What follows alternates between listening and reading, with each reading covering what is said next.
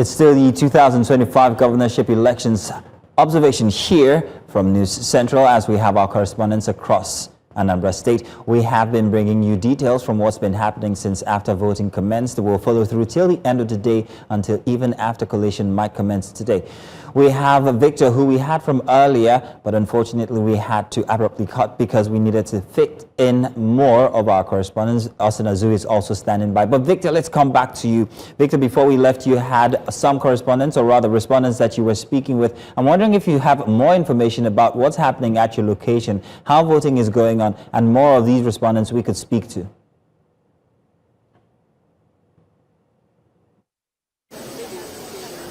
You know, the electorate, they are our constituency. If we don't get to hear from them, we might be in trouble. We had them earlier around us, wanted to share their own experiences, but of course I still have one of them here very close to me. It's not been perfect. You must know that she's not been perfect, but some of them have concerns, raising concerns about the process so far.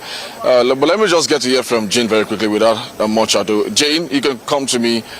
You can come very close to me. First of all, I need to ask you how the process has been for you so far before any other question. Let's start with the process so far for you since the election began and what's your perception about how it's been here. All right. Okay, good morning. Actually, this is my first time voting, so I won't really say much, but it's been nice, it's been okay. Everything is going well. You know, I understand you also have concerns about certain things you do not like. What are those issues and how do you think it should be addressed in such a way that it does not affect or infiltrate, the process here? Okay, so far I've not seen any, but I think they should work, the bodies in charge should work on privacy, like when candidates are voting, because when you cast your votes, many people want to know which party you voted for, and it's not really nice if you check it out. So they should make the thing more. This is my first time, so I don't have experience because this is my first time. What's your own experience? What happened here? My experience here was when I voted, I think people wanted to know which party. I don't know if they are party agents or whatever, but they wanted to know the party I voted for, and it's not really that. But Mazino, that aspect she just talked about. Thank you so much, Jane. Thank you for your time. That aspect she just talked about, voters having to display their ballot to party agents, I think needs to be checked. I did, notice one earlier. It took the intervention of the police officer to stop that, it from continuing to happening. Somebody voted and then stylishly, showed his ballot to a party agent. The police officer had to quickly caution him that this is wrong. I do not know why we need to continue to, we've been warned several times. I said earlier we were at a polling unit where, some persons before they vote, they get some monies, vote buying and all of that. We tried to see what we could do by talking to the FCC officials who were on ground to see if they could stop all of that. I don't know, we are still here back and forth having to go back to some of these issues we thought we've trashed over time. And this might affect the integrity of this election eventually, but again, these are some of the things you get to see in electioneering. I'm not surprised. I do hope it doesn't fester much. We still have a few hours before the close of the election. Maybe those who are impressed with the responsibility of checking out some of these misdemeanors will do their job professionally. Otherwise, but again, Mazino, you must also know that so far so good. We've not had any very serious case of violence as against insinuations, particularly in the flashpoints of Anambra State. We've not had any such case. Maybe, of course, the security operatives or agencies are on top of their game. But again, like I said, it's been peaceful so far. The only major challenge has been the fact that folks are not really coming out, and not really coming out. Maybe there might be late bloomers maybe by 2 or 3 or 1:30. But let's wait and see. But so far, so good. It can be better, of course. It can be better. Victor, very interesting that you were able to get that young voter's account on camera there and live, so it's not a question of hearsay. She actually did say that she had that experience where she was asked to indicate, or where she was asked to reveal who she was voting for. Well, we hope that you continue to follow that up, because we also had the same instance, I think, from from Austin's ward where he is at currently. He also indicated that there might be some sort of trading. In fact, Victor, we're going to leave you for a minute now. Let's go to Austin, who's on standby here. Austin, do let us know. What is this case of vote trading that we heard your last respondent tell us, the Observer? And what have you observed yourself since you've been on ground regarding vote trading that might be happening at that location? Right, Zeno, of course, like the last respondent talked about the Observer, of course, behind those you can see some level of individuals probably at the end of the voting exercise, sometimes stylishly, like what Victor's talked about, they will display their, their ballot papers before going to drop it on the ballot box. But the intention is just to show that, yes, I've done my voting. It's left for the party agents for them to take note. However, we saw a particular woman who was taking notes, who was writing down before she was actually, dismissed from this place by security agencies and so on and so forth. But by and large, the vote buying is ongoing behind the scene, and most of them at the end of the voting exercise is expected that they are going to have a reunion somewhere for them to dispatch their largesse. So, but the place is quite calm. Everybody is coming out to vote. Even the PWDs are coming out to cast their vote, and as well every other persons. Of course, don't forget to that this particular unit we are is a polling unit for the APC governorship candidate. That's Prince Ukashuku here in Ward 2, Unit 0012 in Nnewi South local government area of the state. So back to you, Zeno. Without letting or telling us what specific party, do you know which parties are responsible for this suspected vote buying? That's a yes or no question. I'm not asking you to reveal what parties these are. Austin, I hope you heard me. I'm going to repeat that question. I'm asking if there has been, if you have found out exactly what parties are responsible for these vote buying, without telling the party specifically, has there been a note taken to know who or which parties are responsible?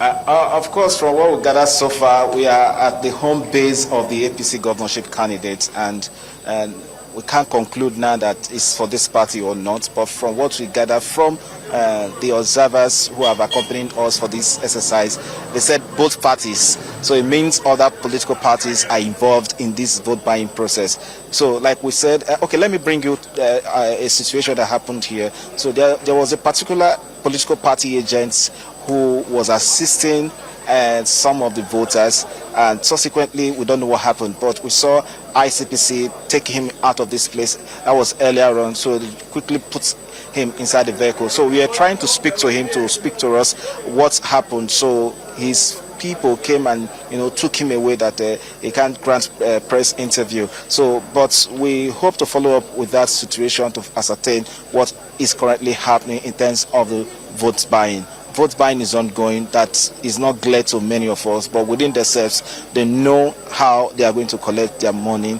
how much they are trading it for, and so on and so forth. Thank you very much for bringing us details from your location. Also, I hope we still have Victor Mbadikwe. Thank you very much, Victor Mbadikwe, for also bringing us details from your location as well. We'll continue to come back to you, gentlemen, there as you continue to observe what's happening at the governorship elections in Anambra State. We're going to take a break now. We have another conversation up in just a few minutes. Let's take a break, and when we come back, we'll have that conversation.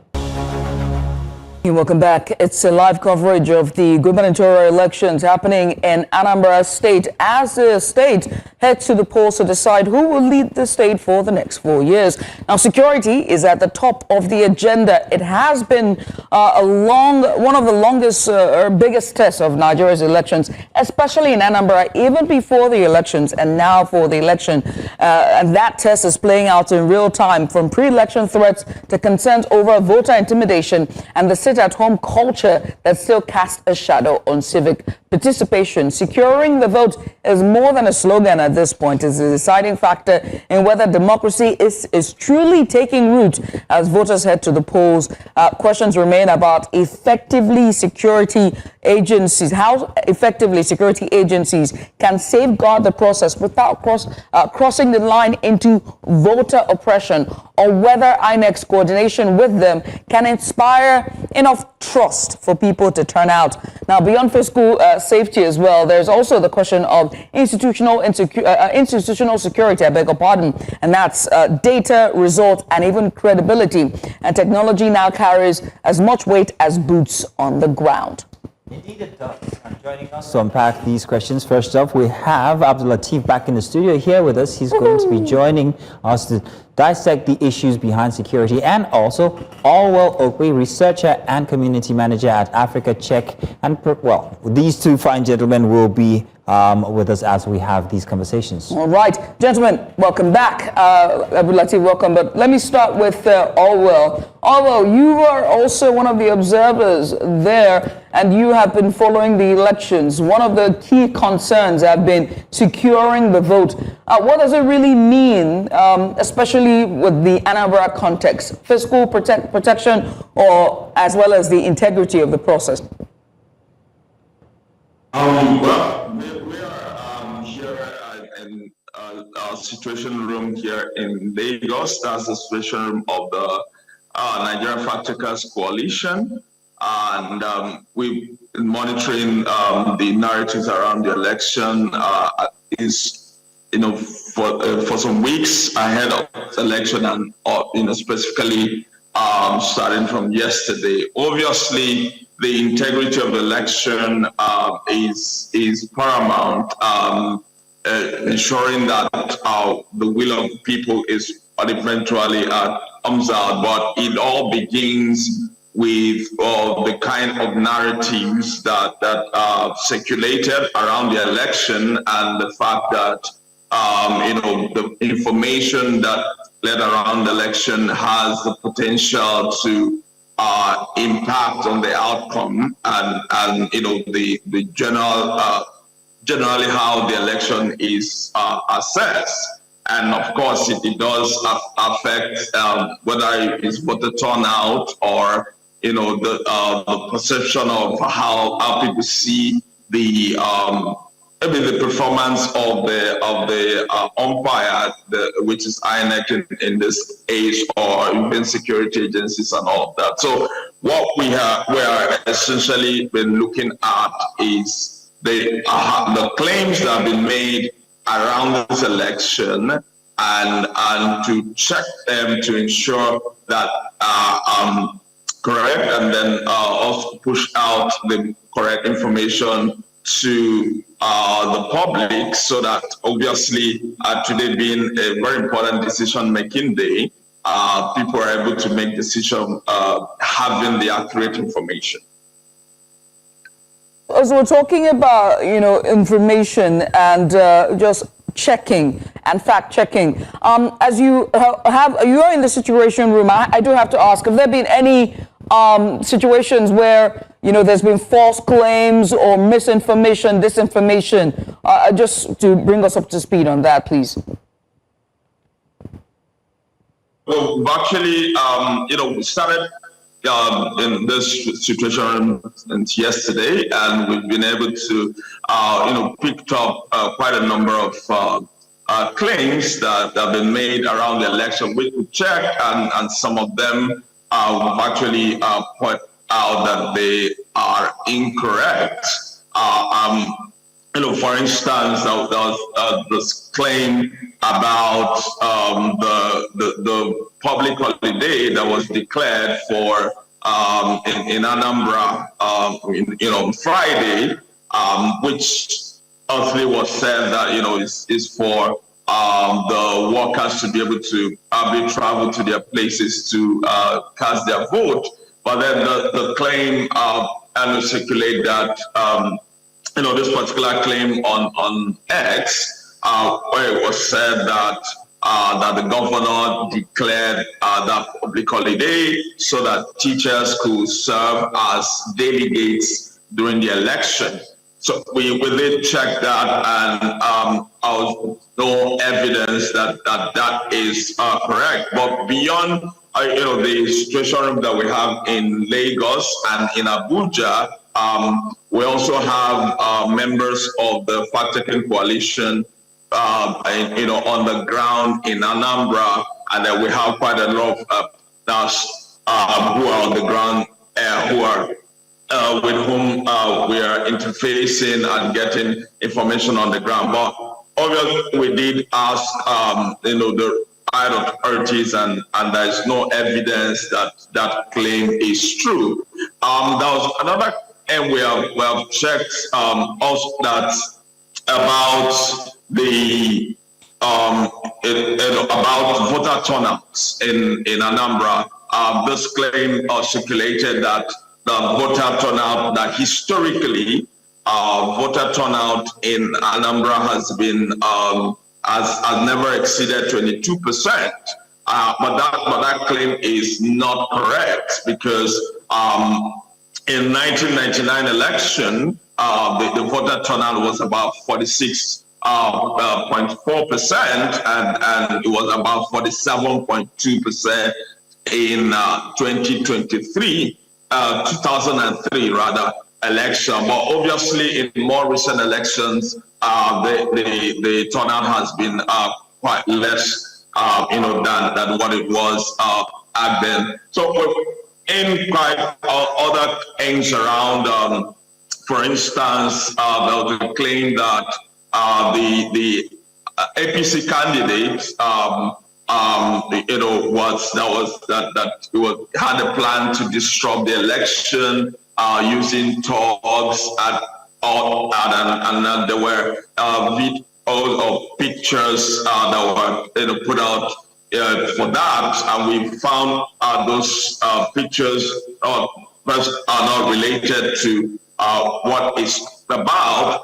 But beyond that, we did speak with the police in the state, and then to clarify this information, and the police person did tell us that there's no evidence to back that claim. Obviously, reassuring that there are quite a lot of police presence in the state for this election.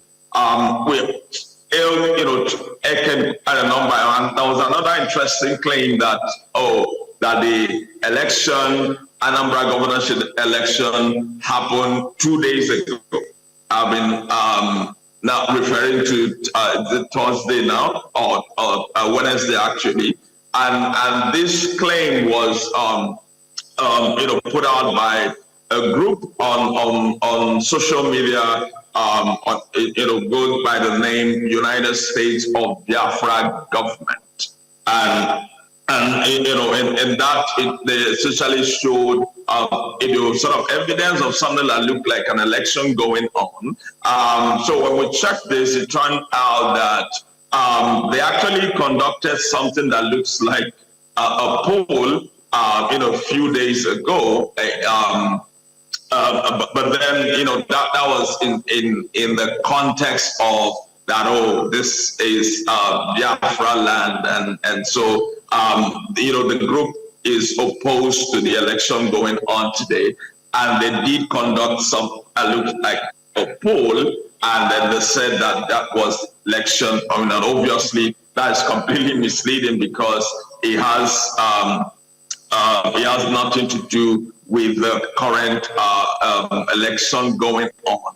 And then also we also did a check pointing out how misleading it is, because we found some posts that were suggesting that people should vote with their index finger. that more like they must vote with their index finger. But obviously that is something that has been clarified by INEC, as far back as 2019 election, when that was a bit of an issue, and it was clarified by INEC that we could vote with any of your fingers, and considering that all of them were used in the registration when we were registering as a voter, and so circulating that you should vote with one particular finger, could be misleading, and it could confuse people, and then one of the recent one that we have looked at is about a certain claim came out also that, reading it now, it said that two of Chukwuemeka's mayors are caught with 750 million naira each. Now, the term mayor, is referring to the local government chairman.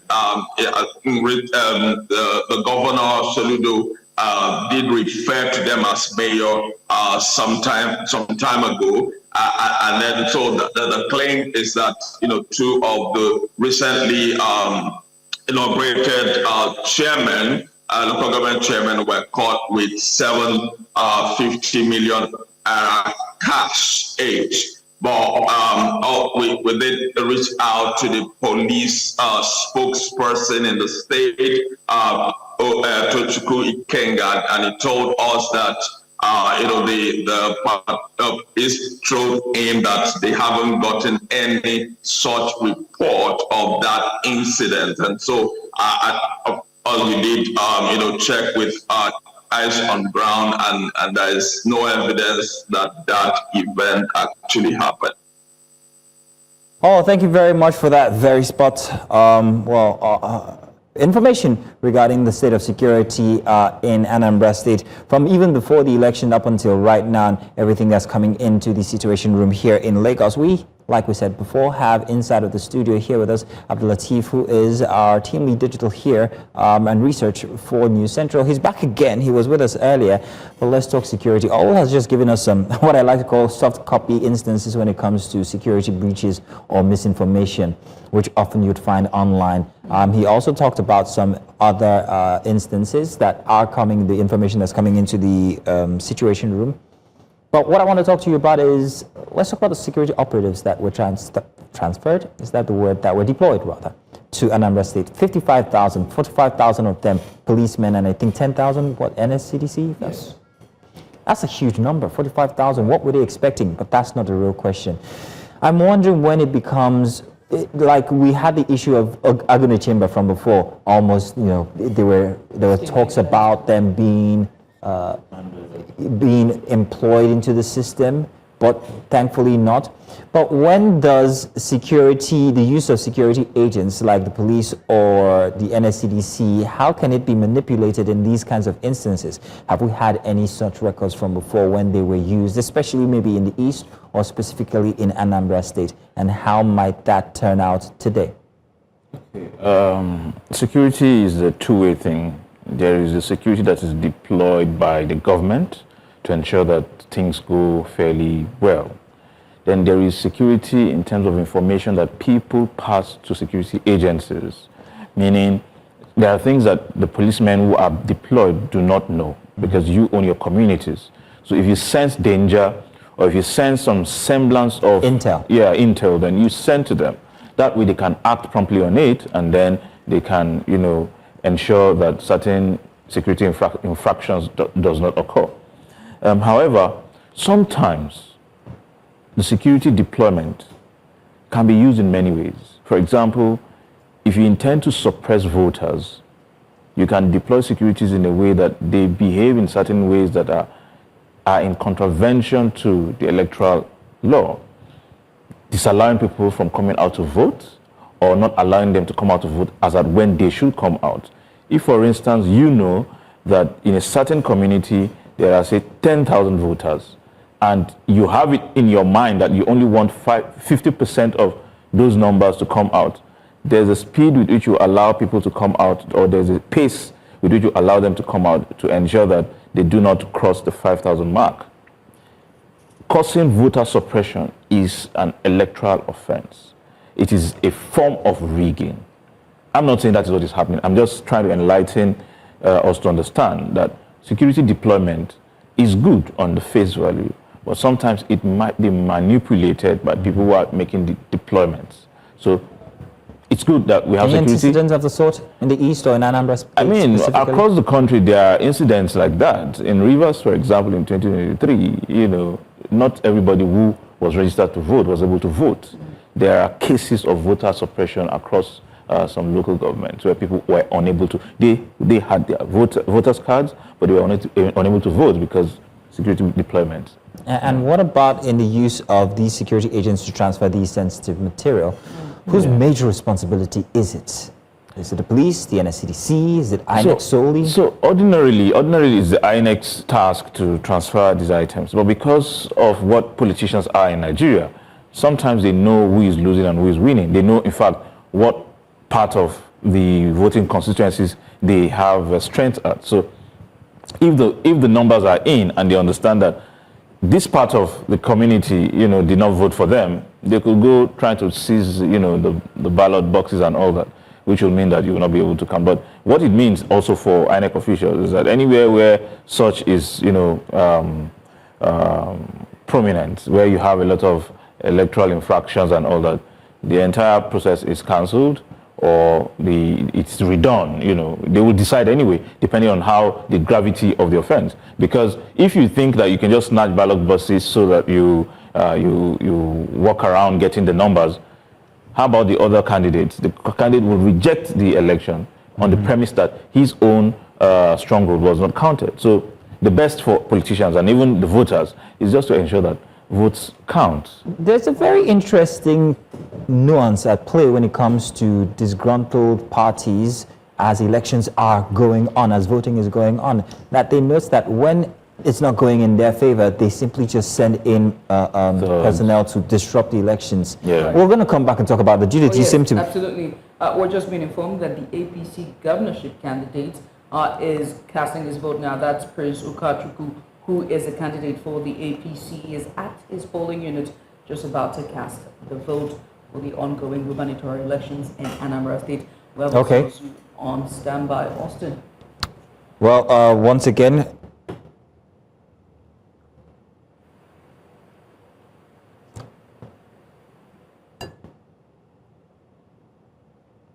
I'm going to repeat that, Judith, you had an issue there with your mic, but the APC governorship candidate is voting currently at his ward, and those are the visuals we're taking a look at right now.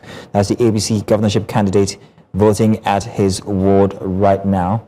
We're going to be bringing visuals. I'm hoping that your mic is back up. All right. Okay, let's go on a break and fix that, Judith. We'll be back. We'll still continue on the subject of security here when we get back, as we monitor the governorship elections happening in Anambra State. You're on News Central. Stay tuned. And you're welcome back. You're watching the live coverage for the Anambra gubernatorial elections ongoing. We've been with you since 7 a.m. in the morning, just before the polls, and now the polls are open. An exercise for the elections have started with citizens casting their votes at different ballots. Now, one of them who's already casted his vote from earlier is the candidate for the APC, Prince Ukachukwu. He was seen earlier at his polling station, just in his local government area there. There's his ward casting his vote. If we can bring you that visual, if we still have it.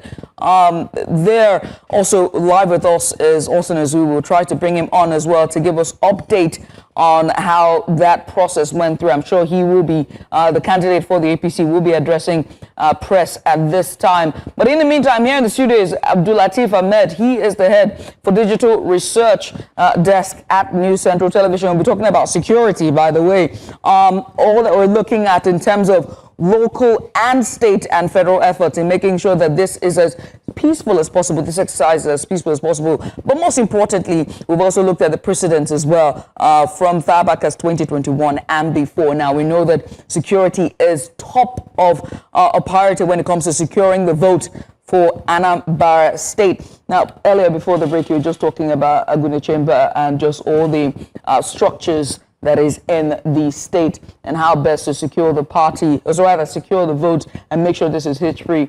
But there are cases, but one of the things we're concerned about, because it's too early to call now, but there's issues of non-state actors, right?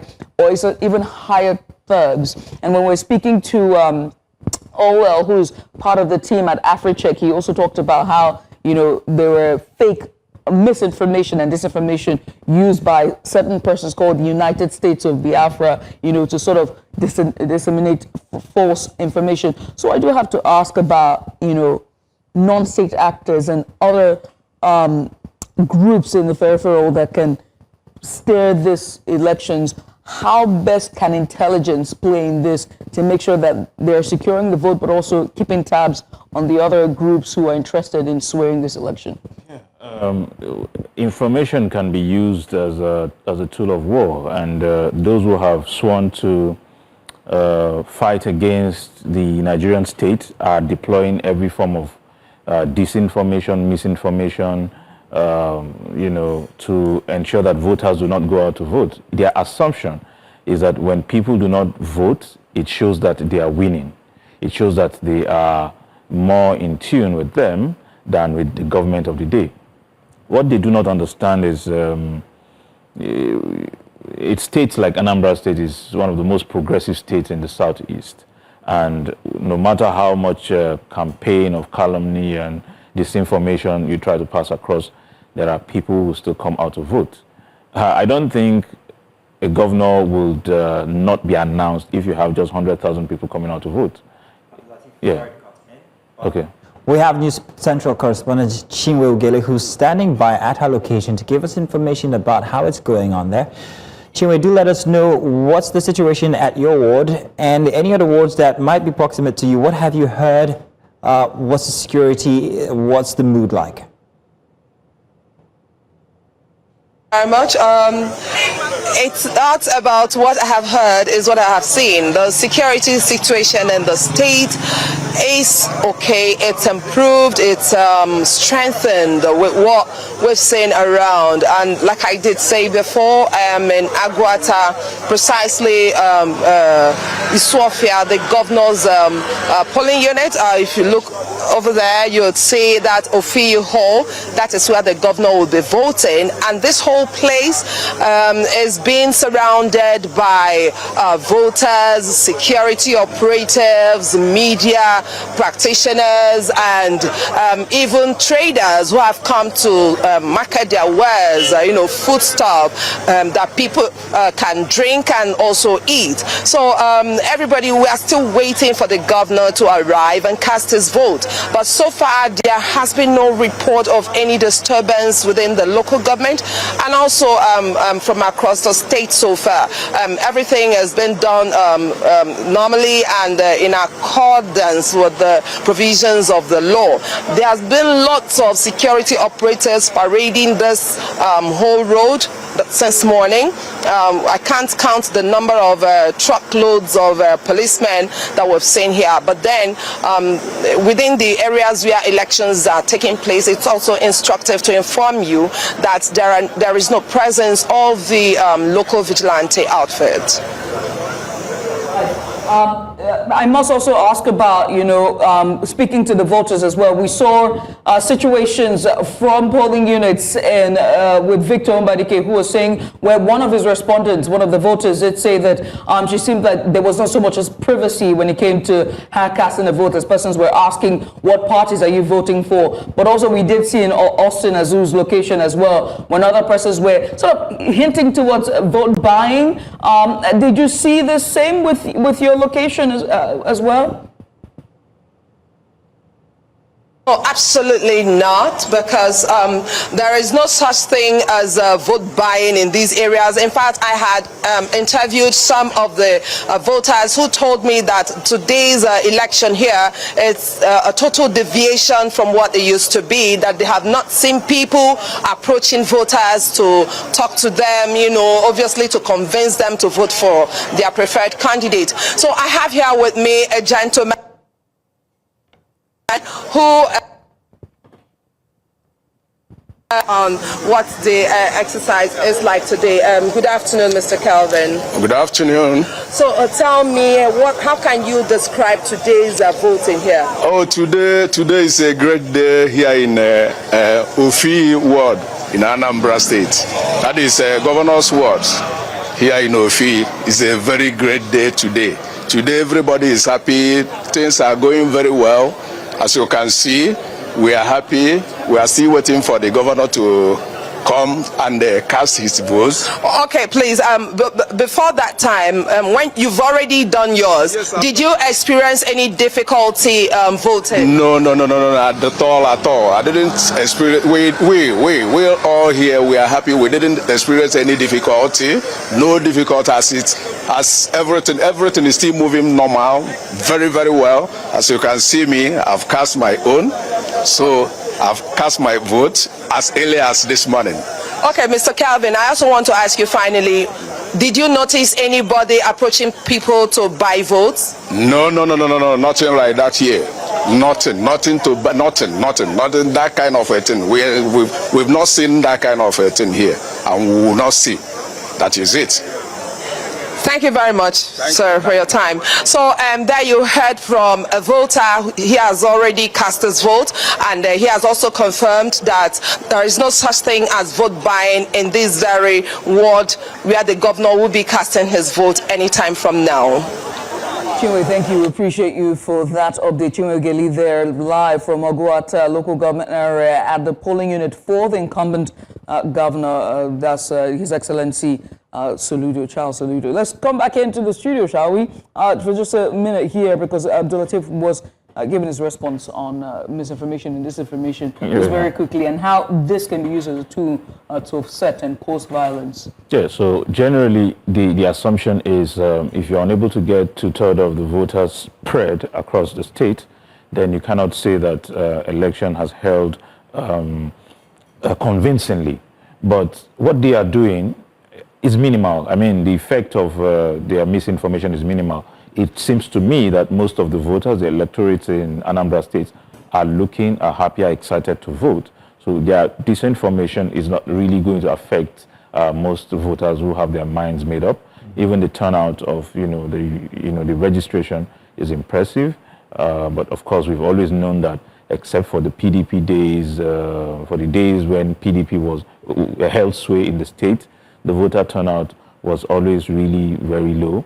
23%, 16%, 10% in the last one. Which is very interesting, because I saw that earlier. And I noted that while the PDP was holding sway in the state, the voter turnout was a lot. But as soon as it's changed to the current APGA, it seems like the voter turnout, I'm wondering what was responsible for that. There's something about our electoral process that improved with time. So in the PDP days, there were a lot of ballot overvoting. Okay. So a lot of people were not accredited. So it was easy for you to just have people vote en masse and then declare huge numbers. But now that everything has to go through the machines, it has to be monitored, it has to be registered. It may be slower. So the introduction of technology has actually helped. Cut the numbers, the bogus numbers that we have been. Okay.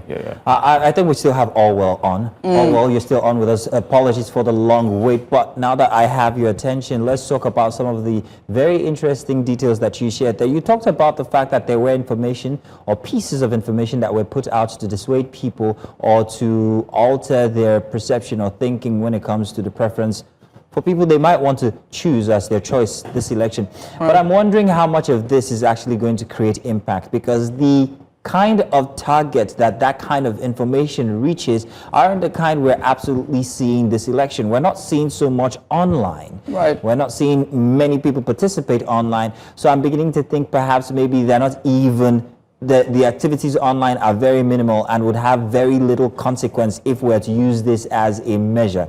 I don't know what you think, Allwell.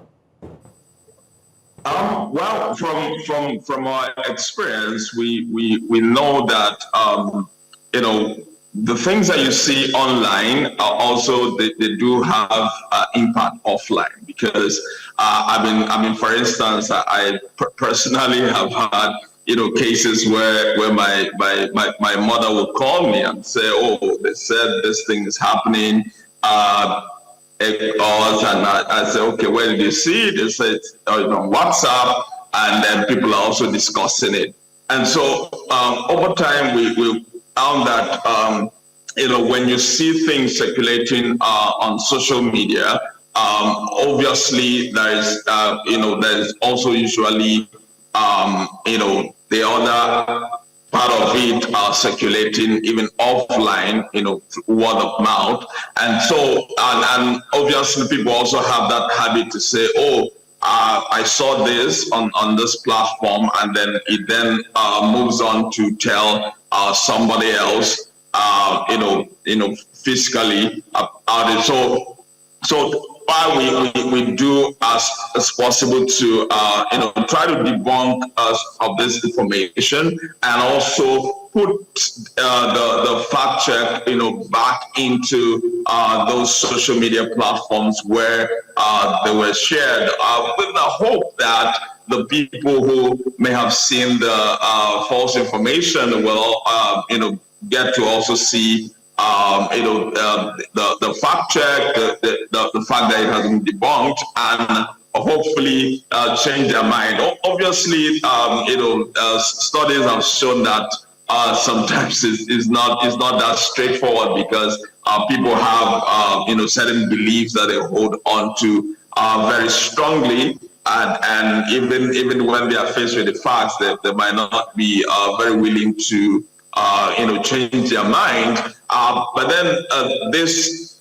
the asking of saying does have impact, at least on people who are, undecided. I mean, the civil servant or trader who doesn't really care about any particular party, and it's just out there to hoping to have a better life for themselves and their children. Of this, the information that they sometimes may sway them in terms of, particularly, for instance, even coming out to vote.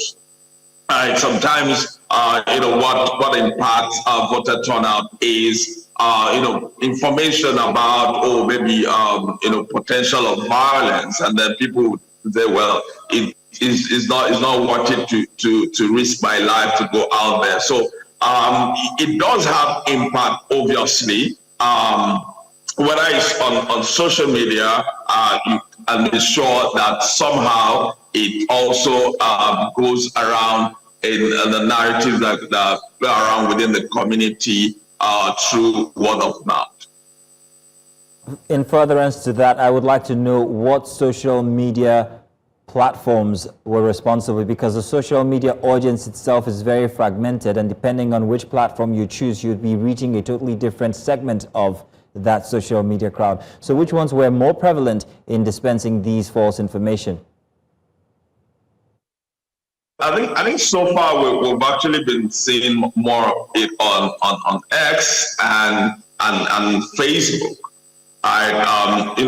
Much of what we have picked up so far have been from those two platforms. Obviously, when it comes to politics, X is like the main platform where much of political debates go on. But then, of course, Facebook also, also have many of these groups and ages where certain people of certain interests congregate, and then this information is generally pushed to them. But then, even though we haven't really seen much on WhatsApp, but WhatsApp is usually also another real platform where serious harm can be done in circulating propaganda.